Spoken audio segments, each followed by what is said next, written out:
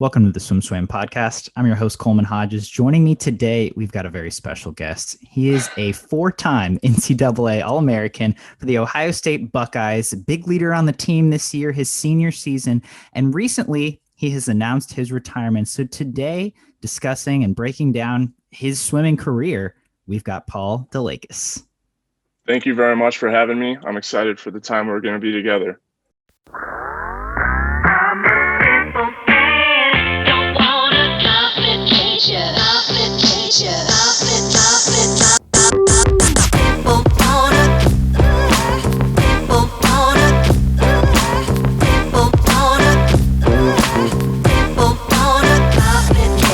I'm excited too because as I said off camera, we've never met in person. I've never gotten to interview you, but I've seen you rise up through the NCAA ranks at Ohio State, and I'm really excited to break down this career that you've had. But let's start with the most recent news. You announced your retirement. What went into this decision for you, and what are you looking forward to moving forward? Yeah, so the main thing that really got me to the decision point was my future. Even when I was a little kid, I never wanted to be a professional athlete or anything. I always wanted to be just like my dad. My dad's an optometrist. I recently got accepted into Illinois College of Optometry. With that being said, I kind of had to take a step back from swimming, and I kind of had to look at the big picture and, where the rest of my life is going to be going. I kind of put that all in perspective, and ultimately I think I made the right decision. Eyes are something that have always freaked me out. I wear glasses because I've worn glasses since I was in kindergarten, and I wear them because I refuse to get contacts because touching my eye is one of the scariest notions to me I can imagine. Obviously you said you wanted to be like your dad. Your dad's an optometrist. You've been around it for a young age, but what interested you in this field once you actually kind of got into it? There's so much. So, I'm just going to hit like a little part of it. Optometry is such a growing career. Back even when my dad first started, they weren't really allowed to prescribe eye drops or anything like that. But now, everything's kind of expanding. I think that the potential for optometry as a career is through the roof. That's something that I've always been into, experiencing my potentials in swimming, my potentials in school. And then I think that's just going to carry over into my professional career. It sounds like you'd be perfect to revolutionize the goggle game.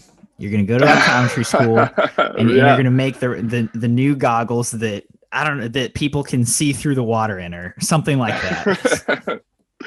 That would be amazing. I'm just throwing it out there. You can throw me a measly 10% when you patent them. Will do. I will do for sure.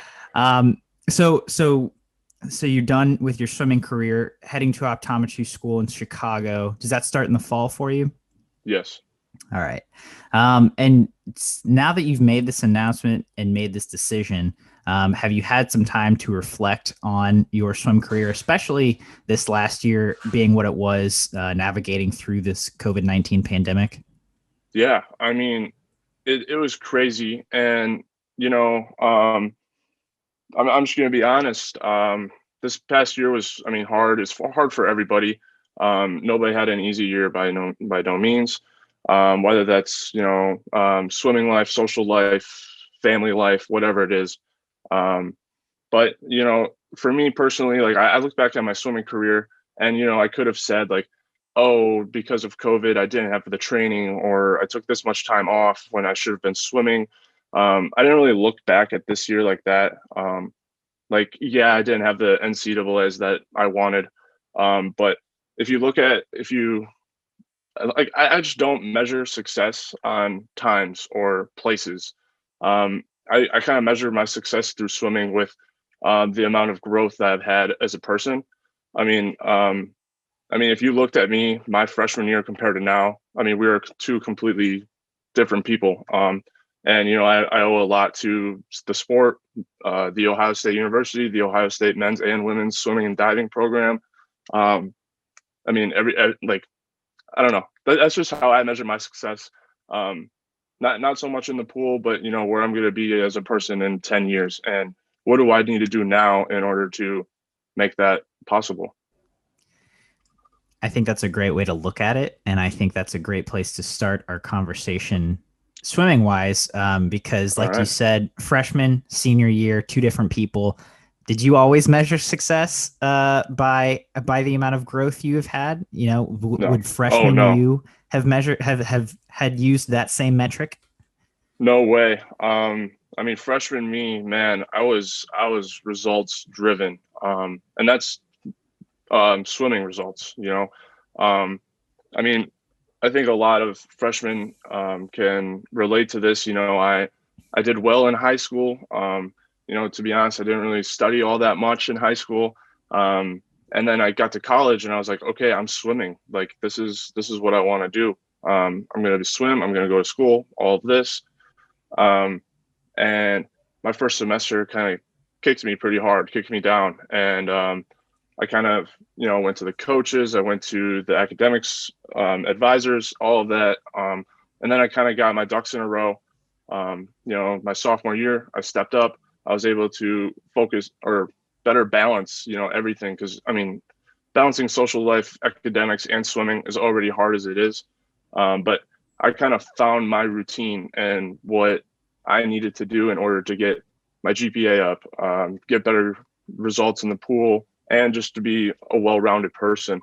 I mean, my freshman year, going back to it, it was crazy. It was my first time doing, doubles religiously, power, all of that stuff. I mean, I didn't really come from a large club team. It was very small, and just coming here was a huge change. And I wish I knew what I know now, my freshman year, if that makes any sense. So how do you feel like you did get how were you able to get your ducks in a row that freshman season? And what were some of the tools that you did use to kind of help you get through that period of adjustment and learning? Yeah, I mean, it was always trial and error. An exam was coming up. I'd mark it on my calendar. I'd study, a week before that exam. I'd go see a tutor if I needed it. I would go to the professor if I needed their help, and, breaking down, this problem step by step. Hopefully we can get to the same answer in a timely fashion as well. But I think, yeah, just being able to communicate with other people was probably the biggest thing, because, I was very reserved to myself a lot of the time. And then once I started to open up, I figured out that, people just want to help. They want to help me succeed. And I think that's really, really awesome to see. And I thought that was the coolest thing. Did you know you wanted to study optometry coming in your freshman year? Oh, yeah. I mean, I was 5 years old and I was like, I want to be an optometrist. Yeah, it's always been the plan. So what do you major in then? What were your classes like during undergrad? Pretty crazy. I know some of my hardest semesters, I mean, I was taking organic chemistry, biology, and a foreign language, Spanish. And, that was probably, even though it was those three classes, I mean, the amount of time that I took studying was absurd. And I mean, that was probably the time where I was like, okay, this is what I need to do in order to prepare for these exams. I never took a summer off. So I was always doing school, always. And that kind of helped me because, I took organic chemistry too after my sophomore year summer. So that was like one of my classes that I would swim and I'd come home and I would study. And that was it. There was no other classes that I needed to do. There's no, work that I had to do or anything like that. It was just swim in school. And that's all I did that summer. That seems helpful. That also seems like quite a grind. Oh, it was. Yeah.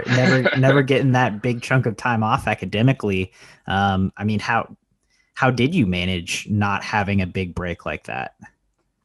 I I think so. The sport of swimming has taught me so much that I think swimming. So you think about it with swimming, you take 2 weeks off and you feel pretty bad when you first get into the water, and it takes a while to get back into your routine. So I never really wanted to disrupt that routine. Once I got into my groove, and I was steady. And I thought just keeping into that groove was going to, like, I kind of related it back to swimming. Like, I didn't want to have that period where I wasn't at my best, if that makes any sense. It does make sense. I think every swimmer can relate to that concept in the pool. I don't know if every swimmer can relate it to academics as well, but I think that does make sense. You start a new semester, and that first week or two, it's like, okay, I got to get my bearings. I got to relearn how to study again. I got to relearn how to do homework again. Right. Right. It makes a lot of sense. Yeah. I mean, it was a grind. I mean, I'm not going to lie, it was hard, but, it's got me to where I'm at today, and I'm glad about it. Yeah. And so you'll be finishing your degree in 4 years in part because of those summer classes. Is that correct? Yeah, I mean, I was able to lighten my load during the year. So, like, I took organic chemistry too in the summer, so I didn't have to take it in the fall, along with biochem and all of these other classes that I needed to take as well. So, I kind of just stretched it out a little bit, if that makes sense, and kind of made my life much easier. Yeah. That totally makes sense, and that seems like a pretty smart way to do it. If there are college swimmers or college student athletes out there listening, take note, man. Definitely. It's a good way to do it. Yeah. So sorry, getting back to swimming. Yes. You mentioned you mentioned your sophomore season. You kind of hit a breakthrough. You leveled up. I certainly remember watching you at NCAAs that year in 2019 and being like, dude, this guy from Ohio State's really, and I loved that you swam 2 free, 2 IM, 2 breast. I mean, I'm sure that's a brutal event lineup, but for a fan that's like, man, that is badass. But yeah. Tell me about, heading into that sophomore season, how you were feeling in your training. Yeah. So, I mean, we grinded during the summer. We were at a good position, and I think the summers are really for grinding. That's when you do your body of work, because you're doing long course. You got a lot of time on your hands.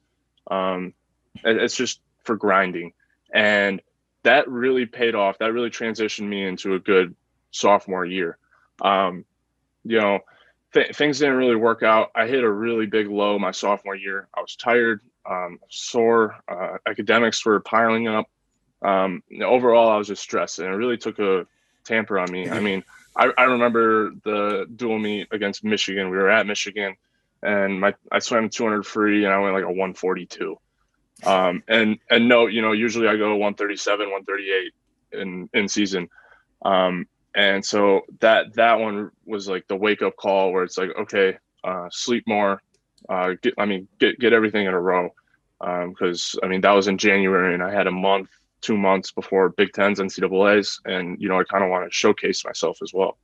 And then, Big Tens came around, and I think I had the fastest 200 free split on the 800 free relay and out of the whole Big Ten. And I was like, okay, it's go time. Like, this is what I came here to do, and I had an okay meet. And then after the meet, I talked with my coach. I said, I'm pretty disappointed with how I swam. And he said, are you kidding me? Like, do you know what you all just did? Compared me as I was a sophomore, compared it to my freshman year. And he said, you're not even done yet. I was like, what do you mean? He's like, you're still going to NCAAs. You got all of this. You got a whole another chapter to go. I said, okay. So, we go back to Columbus. We start grinding again. And I had when we get to NCAAs in Austin, had a decent 200 free on the 800 free relay. I was pretty let down. I don't even think I made the B final in the 200 IM.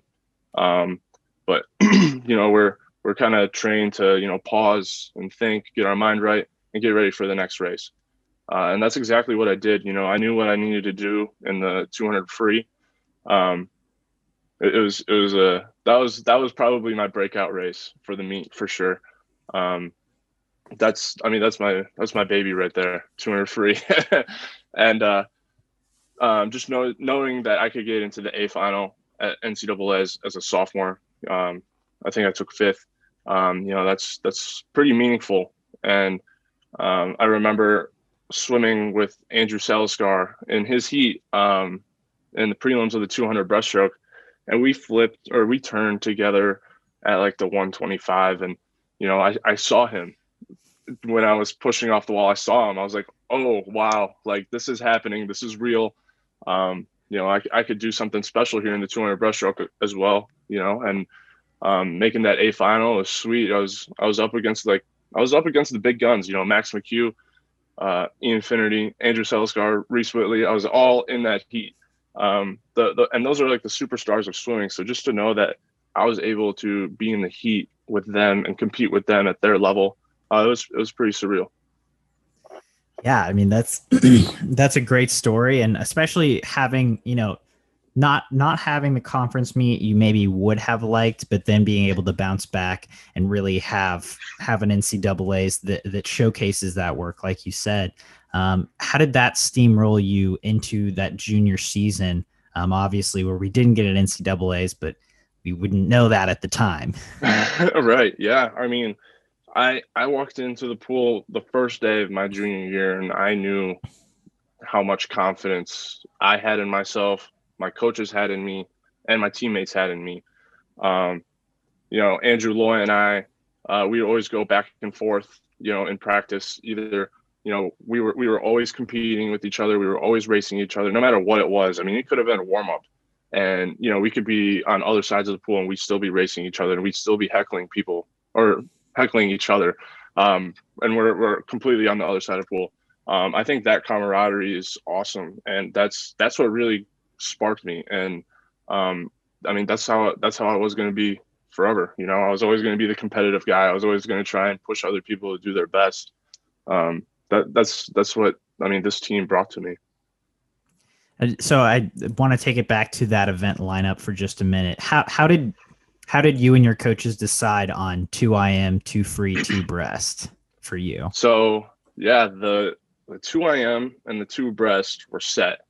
Those were, the ones that I was going to swim. But in high school, I was a big 400 IMer. So we kind of decided between the 4 IM and the 2 free. Coming in, I was a 136.1 200 freestyler and a 348 400 IMer. So I mean, both of those are pretty solid times coming in as a freshman. And then what really set it apart was the Michigan meet my freshman year.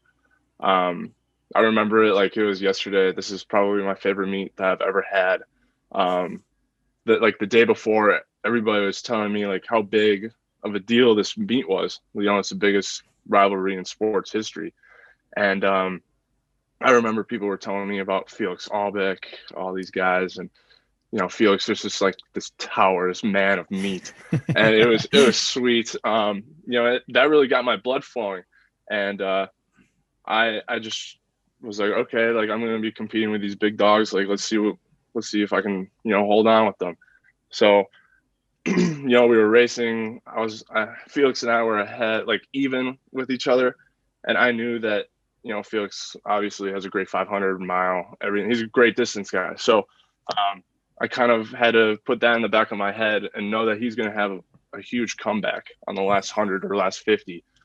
So, I just had to bring that same energy. So I brought it, and, that's probably my favorite time that I've won, a race. It was so cool looking over to the stands. All the Ohio State fans are going crazy. Because Felix Albeck, he's a big deal, and I don't mean to brag about that or anything, but that's what really set my 200 free up. I went a 136.1. I matched my best time pretty much. in a Speedo mid-season. And, my coaches and I were like, yeah, I could definitely do something special in the 200 freestyle. And that's ever since then, that was the path. Nice. That makes sense. So coming out of high school, you said you were a 400 IMer. Did you swim like high school at all? Did you go to like the state meet in Wisconsin? Yes, I did. So I swam the 200 IM and 100 breaststroke, and I kind of mixed up the relays every now and then. But that was my lineup for the state meet. My brother actually, my brother was a 6-time state champion. He won the 200 IM 2 years in a row, 2 years, and then he won the 100 breaststroke 4 years in a row. So when he graduated, I was a freshman. So I had some pretty big shoes to fill. So I ended up winning the 100 breaststroke 4 years in a row. So DeLakis has won 100 breaststroke 8 years in a row. Wow, that's pretty unique. Yeah. And then I swam the 200 IM my freshman and sophomore year. Junior year, I swam the 200 free, and then senior year, I swam the 200 IM again. That was just like hey, I want to do this. I've already set the state record in the 200 IM. Let's go for the 200 free. And that's what we did. And then, senior year was a showcase. That was just everybody was talking about who would win the 200 IM, and I was like, okay, I'll swim the 200 IM. And did you ended up winning it that senior year? Yes. That's awesome.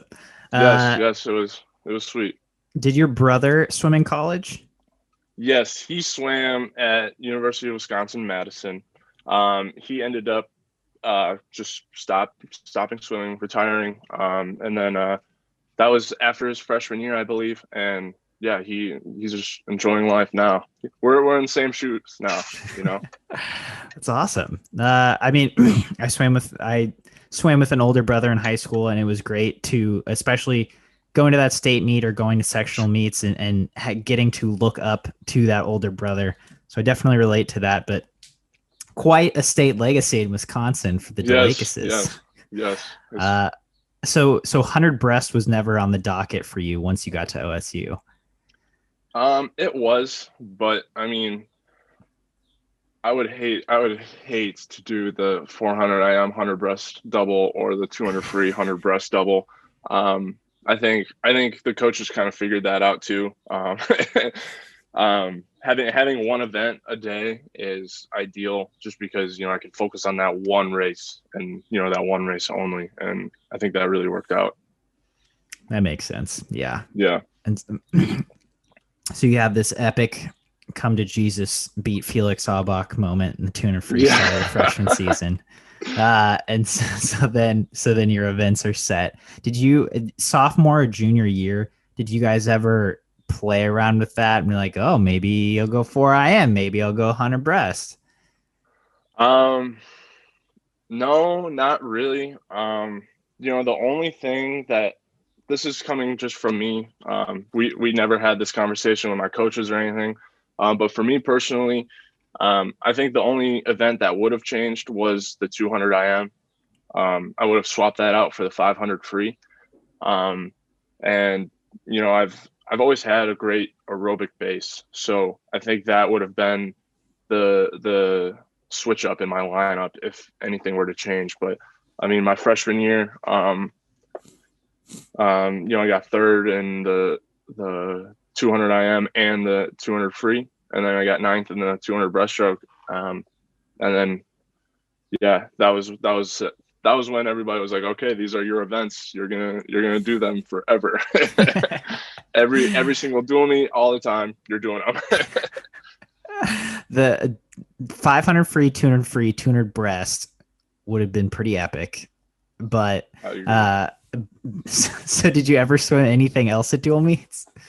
Yeah, I swam the 500 free. I think I went like a 4:28 at our Texas A&M dual meet. I swam the 50 free here and there. Didn't go as planned. I don't really have that speed. But I mean, pretty much all the time I was 200 free, 200 IM, 200 breast, 400 free relay. Yeah, it was dirty. Yeah, that is a dirty event lineup, but I would wear that proudly, especially if I'm retiring and never have to swim Exactly. those again. Exactly. Yeah. And so your junior season, you step onto the pool deck day one, you have a lot of confidence. That goes well. Can you tell me about Big Tens and how you were feeling heading into those NCAAs?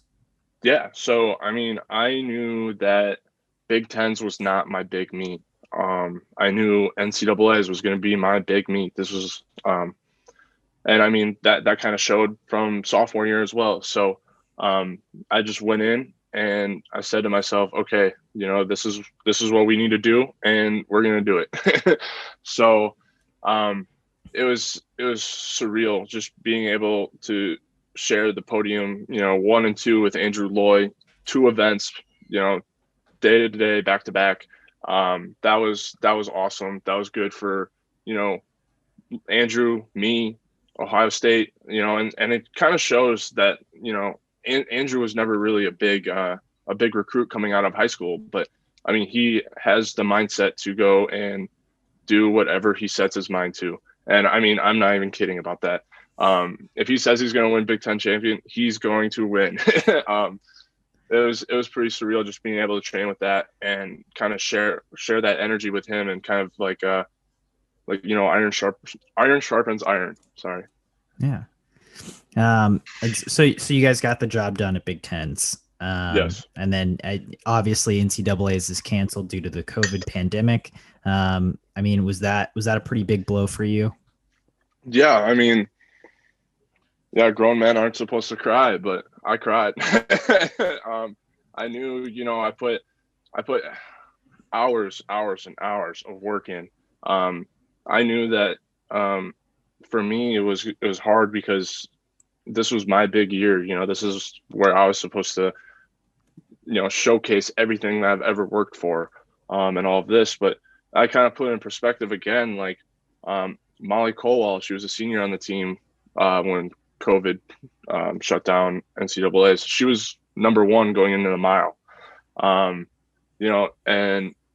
I just feel bad for the seniors because they never got their last meet, their last hurrah. I was thankful that there was still hope for the next year. But all that aside, I knew that I had a job and I had to get that job done.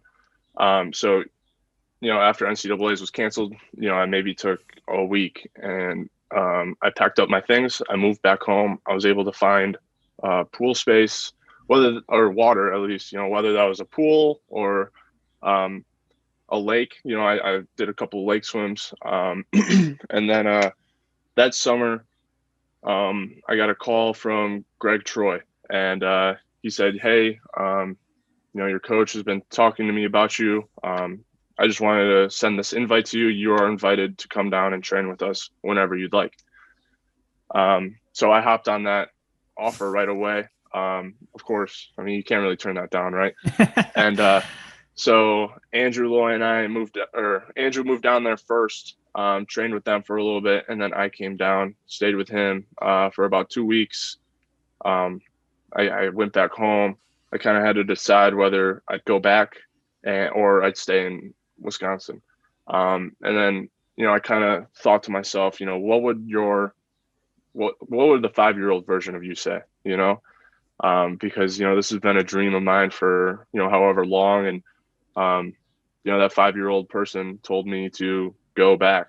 So I went back for another few weeks, ended up staying down there for a total of a month. It was a great time. I was able to I learned a lot about the sport, about myself, about, a whole lot of stuff. Do you have some, favorite memories, good stories, or just specifics on what you did take away from your month, 6 weeks in Gainesville? Yeah. There's a lot to learn, or a lot to say about what I learned, but it's probably the biggest takeaway for me, and the biggest piece of advice that I can give is to keep your mind open. Even if you're not having the best set that you can have, just focus on technique, distance per stroke, trying to get all the fundamentals right or the mechanics right. And then, that's just as important as the work that you're doing, if that makes any sense. And that correlates to, swimming or life or, anything like that. And yeah, I thought that was pretty special. Was there a set or a workout that stood out to you? If I don't know if Caeleb will ever watch this, but we did a set of 40-100s best average short course meters, and we were all pumped. We were doing this set, and I was able to hold 102s, 103s for all 40 of them. And what were they on? 120. Oh God. So it was a pretty tight interval, and then Caeleb will never admit this, but I whooped his butt on that set, and he'll carry this one to his grave. But it was a great time. I mean, even competing with True Sweetser or Cotter, and Loy and all these guys, like we were always pushing one another, or Ryan was giving me tips on, hey, tighter streamline or use your dolphin kicks off the wall, or he'd say something like, hey, take your first 50 out faster. Like you don't need to back half it, or something like that. And I mean, there's so many things I've learned from them. Who were you competing with the most? I mean, because that's such a big post grad group and such a range of events swum. I mean, it seems like most of them swim exactly your range of events, but on a day-to-day basis during your time there, who were you racing the most, or was it just everyone all at once? Yeah, so we kind of different, or we did it a little different than what I'm used to. We kind of did it in stroke groups, event groups, and distances. So I was pretty much training with everyone. I don't think I didn't train with one single person the whole time. But I'm happy to say that I didn't train, or I didn't not train with somebody. And I mean, that kind of opened my eyes because I was able to train with everybody in that group. And I mean, yeah, it was fun, and I've learned a lot, and I mean those experiences are going to carry with me, forever. Yeah, and so I could go on and on about that, but carrying that experience, that block of training with you into your senior season at OSU, what do you feel like you were able to bring back to the Buckeye team? Yeah, I mean, so I'm pretty sure everybody knew that I was training with these big dogs down in Florida. And so I didn't really need to say anything to them. Actions speak louder than words. I came in, I was on time, always on time, ready to go. I was never, late into the pool for any reason. And I think a lot of people saw that and they said, okay, well, Paul did this. Paul also swam with, these dogs, and, he probably learned that from them, all of this. So then that's kind of like just having like that experience and coming back and everybody knowing that you were there, and like that they'll know like, hey, I want to be there someday. Let me do what you're doing. And I mean, that kind of goes along with iron sharpens iron as well. Yeah. And I mean, like you said, weren't able to put in, the work that you maybe wanted to throughout the course of the season just because we were in a pandemic. But how give me your thoughts on how the season went, given the circumstances that everyone had to go through. I thought it was awesome. That goes nationwide. That's not just me or the Buckeyes or, the Big Ten. That's the whole NCAA. Sometimes I was talking with Coach Wadley. So Coach Wadley recruited me. He was the reason, or he brought me to Ohio State pretty much. So I have a pretty good connection with him. And, we were talking a little bit, and, it's crazy to say that, hey, this person took 5 months off because of quarantining and the pandemic. came back and swam all best times, all lights out. I thought that was great. And he said, sometimes that person would just need the mental reset, just a mental break from swimming, completely done, and then come back and hit it hard. And that's exactly what that person did. This year for, the Buckeyes, we were a little different. Everybody came in at different stages of being in shape. Some people were able to find water, some people were not. But it was kind of hard training, because we had, at the beginning of the year, we were limited 4 people per lane. So that means 1 person on each wall and 1 person at each 15-meter mark. So the first few weeks were not fun for a lot of people, the people in the middle. And then we were able to kind of fix it and put 2 people on each side, on each wall. But, if you're doing 50s at pace, my pace is 22.4 for, the 200 free. So if that person, the second person on the other side, leaves 5 seconds behind, I'm probably going to catch them, So that was kind of hard getting into that. But then, people figured it out. People kind of adjusted to everything. And then by the second week of, 2 and 2, everybody was kind of coherent. Everybody knew their role. Everybody knew their job. And I mean, that's just the way of human life. That was that's just, my little piece of training.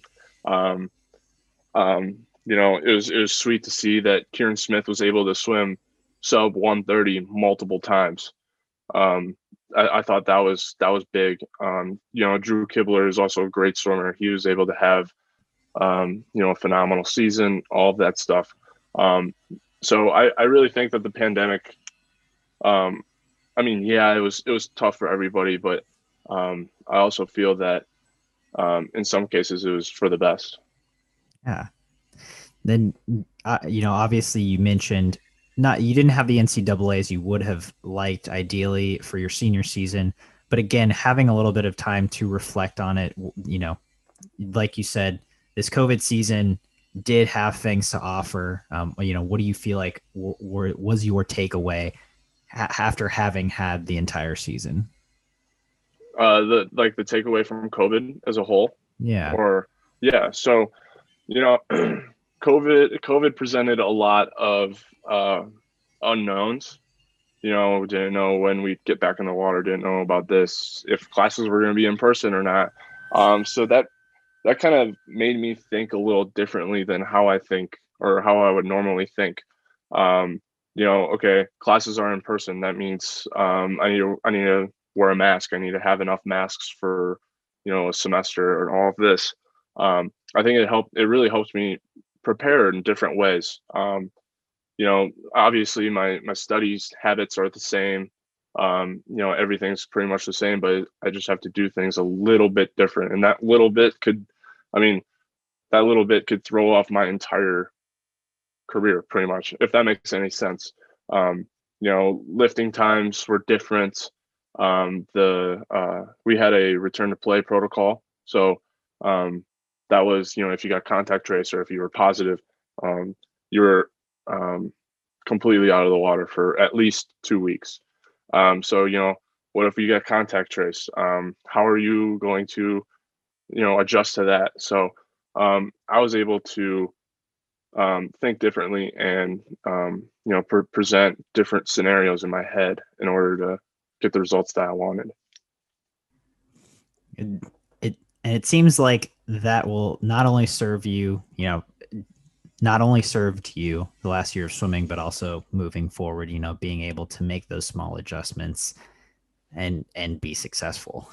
Right. Yeah. And I mean, just to go off that successful piece, I know I said earlier in the interview that I was pretty disappointed with my NCAAs, but how many people in the country can say that they're, top 16 in 3 events? And not many people can say that. That was a little selfish of me to say that, but that's just my perspective on things. I was always orientation or time-based guy. I always want to hit these times. I always want to hit these places. But, I was a part of something much bigger. And I don't think many people really realize this, that, my freshman year at NCAAs, we were 28th. I was the only individual scorer. My sophomore year, we took 9th. I wasn't the only individual scorer. This year, we took 7th. I wasn't the only All-American. I wasn't the only individual scorer. I wasn't on every single relay. The women took 7th. That was the highest place finish ever. The men took 7th. This was the highest place finish since 1965.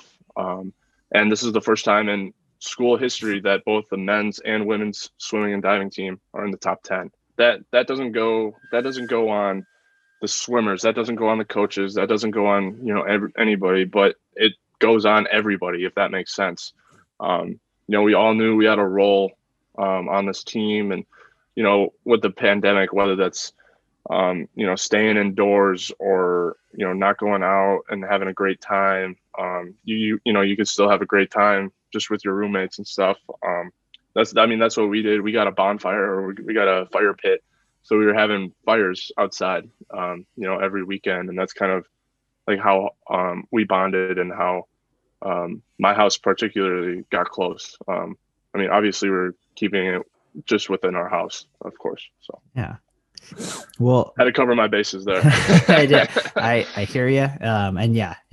Definitely you had to get creative with ways of training, of educating, of socializing. And, I think we've all made those adjustments and hopefully are better for it. But, Paul, I really appreciate you taking the time to sit down and chat today. It's been great hearing your swim stories. Before we sign off, any parting thoughts for our audience? Oh man. Right away, the only thing that I got to say is go Bucks. Yeah. Thank you so much for this opportunity. I hope my words actually mean something to at least somebody, Yeah, I think that's the whole point of this, right? Absolutely. And I'm sure they do. And again, I appreciate you sharing those words with us today. Of course. Thank you very much.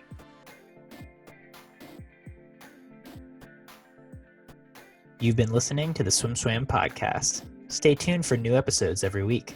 You can take SwimSwam podcast on the go by subscribing on your favorite podcast platform. Look for links in the description below, and be sure to subscribe to our YouTube channel for more videos as well.